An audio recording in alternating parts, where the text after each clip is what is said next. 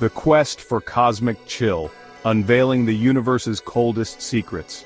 The universe is a vast and wondrous place. It holds many mysteries for us to explore.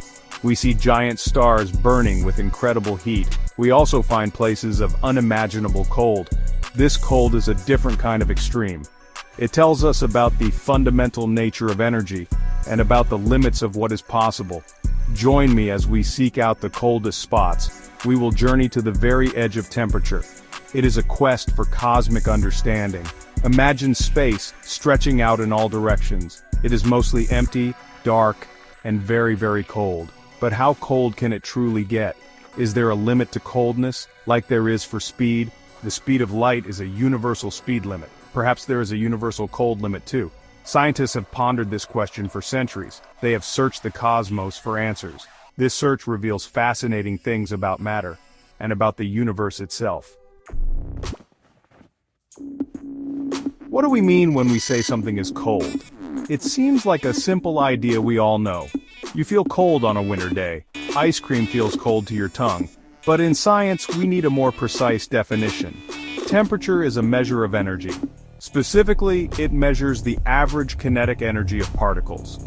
Kinetic energy is the energy of motion. So, temperature is about how much tiny particles are moving, or perhaps how much they are dancing. Everything around us is made of atoms and molecules. These are incredibly tiny building blocks of matter. They are never perfectly still, unless at absolute zero.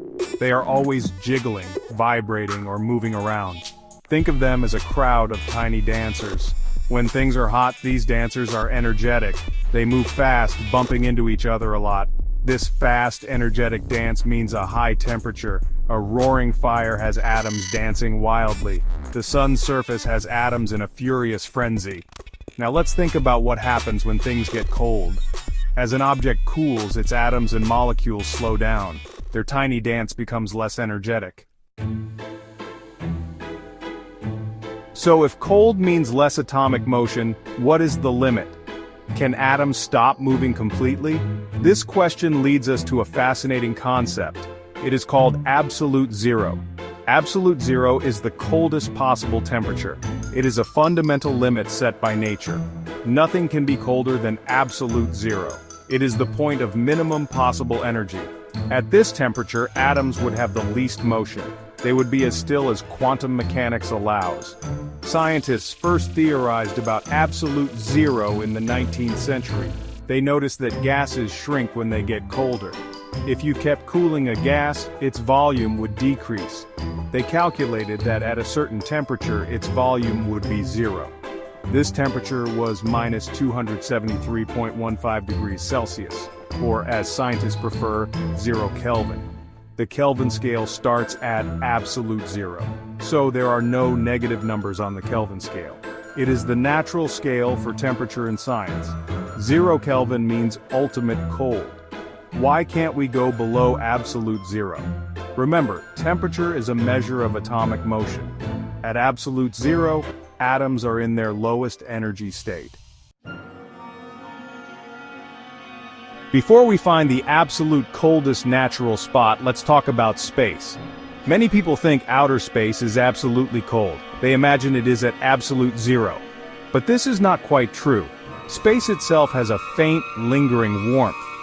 This warmth comes from the birth of the universe. It is called the cosmic microwave background, or CMB. The CMB is like an echo of the Big Bang. It is radiation that fills all of space. It is the oldest light in the universe. The cosmic microwave background was discovered in 1965. It was a landmark discovery in cosmology. It provided strong evidence for the Big Bang theory. This radiation started out very hot and energetic, but as the universe expanded over billions of years, it cooled. The wavelengths of this light stretched. Today, the CMB has cooled down significantly. Its temperature is now about 2.7 Kelvin. That is 2.7 degrees Celsius above absolute zero, or about minus 270.45 degrees Celsius. So even in the emptiest parts of space, there is this warmth. This 2.7 Kelvin is the baseline temperature of the universe. Section 5. The Boomerang Nebula, nature's deep freeze. Now let us journey to the coldest known natural place. This place is colder than the cosmic microwave background. It is a celestial object called the Boomerang Nebula. It is located about 5,000 light-years from Earth. It lies in the constellation Centaurus. Astronomers measured its temperature in 1995. They found it to be an astonishing 1 Kelvin. That is just 1 degree Celsius above absolute zero, or minus 272.15 degrees Celsius. This makes it colder than the CMB's 2.7 Kelvin. The Boomerang Nebula is a young planetary nebula. This name can be a bit misleading. Planetary nebulae have nothing to do with planets. They are clouds of gas and dust. This gas and dust have been ejected from an old star, a star that is nearing the end of its life. The star at the center of the Boomerang Nebula is doing this. It is shedding its outer layers into space. This process creates the nebula's distinctive shape, a shape that in early images looked like a boomerang. The nebula's appearance is quite ghostly. It glows with light from its central star, but its most remarkable feature is its extreme cold. To be colder than the background radiation of space is rare. Section 6. Why so cold? The boomerang's chilling mechanism. Why is the Boomerang Nebula so incredibly cold? How does it manage to be colder than deep space itself? The answer lies in a process called adiabatic expansion. This is a common principle in physics. It is the same reason your aerosol can get cold when you spray it, or how refrigerators work to cool your food. When a gas expands rapidly, it cools down. This happens because the gas does work as it expands. This work uses up some of its internal energy, and less internal energy means a lower temperature. The star at the heart of the Boomerang Nebula is dying. It is rapidly ejecting gas from its outer layers. This gas is being thrown out at very high speeds of around 164 kilometers per second. That is over 590,000 kilometers per hour. This is an extremely fast expansion. As this gas rushes outwards into space, it expands. And because it expands so quickly, it cools dramatically. This rapid expansion is the key to its frigid temperature. It is like a cosmic-scale air conditioner. The gas is cooling so effectively it drops below the CMB temperature. The outflow of gas is immense. The star is losing mass at a high rate. Section 7. Colder than space, humanity's frigid feats in the lab. Nature is impressive with the Boomerang Nebula at 1 Kelvin. But humans, in their quest for knowledge, have gone even colder. Scientists in laboratories have created temperatures far, far lower. They have pushed the boundaries of coldness, reaching incredibly close to absolute zero. These are not natural occurrences. They are the result of clever engineering and physics. Using sophisticated techniques and equipment, we have managed to outchill the cosmos itself, at least in very small, controlled volumes. How do scientists achieve such extreme cold? They use a variety of methods. One common technique is laser cooling. Yes, lasers, often associated with heat, can cool things. Specially tuned lasers can slow down atoms. They bombard atoms with photons from all directions. Each photon absorption and emission slows the atom a tiny bit. It is like gently pushing a swing to stop it. With enough laser beams, atoms can be cooled dramatically, down to microkelvin or even nanokelvin temperatures. Another method involves magnetic trapping and evaporative cooling. First, atoms are cooled using lasers. Then they are trapped using magnetic fields. Section 8. The quantum realm at near zero, unlocking new physics. Why do scientists try so hard to reach these ultra-low temperatures? What is so special about being near absolute zero? The answer lies in the strange world of quantum mechanics. Quantum mechanics governs the behavior of atoms and particles. At everyday temperatures, quantum effects are often masked.